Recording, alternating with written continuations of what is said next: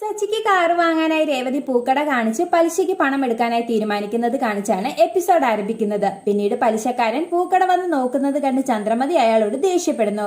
ഇതേസമയം ദേവു രേവതിനെ വിളിച്ച് പലിശക്കാരൻ പൂക്കടയിൽ എത്തിയിട്ടുണ്ടെന്നും ചേച്ചി പെട്ടെന്ന് അവിടേക്ക് ചെല്ലാനും പറയുന്നു. ശേഷം രേവതി പെട്ടെന്ന് തന്നെ കയ്യിലിരിക്കുന്ന കാശുകൂടി എടുത്തോണ്ട് പോകാൻ ഒരുങ്ങുന്നു. ഇതേസമയം അവിടെ എത്തുന്ന സച്ചിനെ കണ്ട് രേവതി ഞെട്ടിപ്പോവുകയും ഞാനൊന്ന് മാർക്കറ്റിൽ പോയിട്ട് വരാമെന്നും പറഞ്ഞ് അവിടെ നിന്ന് പോവുകയും ചെയ്യുന്നു. എന്നാൽ രേവതിയുടെ പെരുമാറ്റം സച്ചിക്ക് സംശയമാകുന്നു. പിന്നീട് രേവതി അവിടെ എത്തുകയും എനിക്ക് 25,000 രൂപയാണ് വേണ്ടെന്ന് പറയുകയും ചെയ്യുന്നതോടെ ചന്ദ്രമതി ഞെട്ടിപ്പോകുന്നു. തുടർന്ന് പലിശക്കാരൻ കൊടുക്കുന്ന പേപ്പറുകളിൽ ഒപ്പിട്ട് രേവതി പണം വാങ്ങുന്നതോടെ ഇവൾക്ക് എന്തിനാണ് ഇത്രയും പണം എന്ന് ചന്ദ്രമതി ചിന്തിക്കുകയും നീ എന്തിനാണ് കടം വാങ്ങുന്നതെന്ന് ചോദിച്ച് രേവതിയോട് ദേഷ്യപ്പെടുകയും ചെയ്യുന്നു. തുടർന്ന് രേവതി ചന്ദ്രമതിക്ക് കണക്കിന് കൊടുത്ത് അവിടെ നിന്നും പോകുന്നു.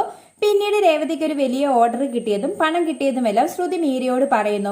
തുടർന്ന് ഞാൻ പറഞ്ഞ കള്ളങ്ങൾ എപ്പോൾ വേണമെങ്കിലും പൊളിഞ്ഞു വീഴാമെന്ന് മീരയോട് പറഞ്ഞ് ശ്രുതി ടെൻഷൻ അടിക്കുന്നു. അതേസമയം ബ്യൂട്ടി പാർലറിൽ എത്തുന്ന ശ്രുതി ബ്യൂട്ടി പാർലറിന്റെ പേര് മാറ്റിയത് കണ്ട് ഞെട്ടിപ്പോവുകയും ശ്രുതി തന്നെ ചതിച്ചു എന്ന് തിരിച്ചറിയുകയും ചെയ്യുന്നു. പിന്നീട് ശ്രുതി വന്നതറിഞ്ഞ് ശ്രുതി ഞെട്ടിപ്പോകുന്നു. ശേഷം ശ്രുതിയുടെ അടുത്തെത്തുന്ന ശ്രുതിയോട് ബ്യൂട്ടി പാർലറിന്റെ പേര് മാറ്റിയത് എന്തിനാണെന്ന് ചോദിച്ച് ശ്രുതി പൊട്ടിത്തെറിക്കുന്നു.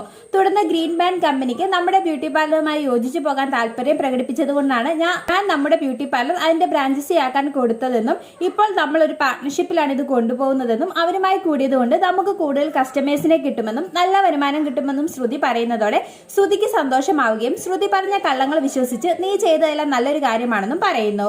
ശേഷം ശ്രുതി അവിടെ നിന്നും പോകുമ്പോൾ ശ്രുതി വീട്ടിൽ ചെന്ന് ഇതെല്ലാം പറയുമെന്ന് മീര പറയുന്നതോടെ ശ്രുതി ടെൻഷൻ അടിച്ച് വീട്ടിലേക്ക് പോകുന്നു.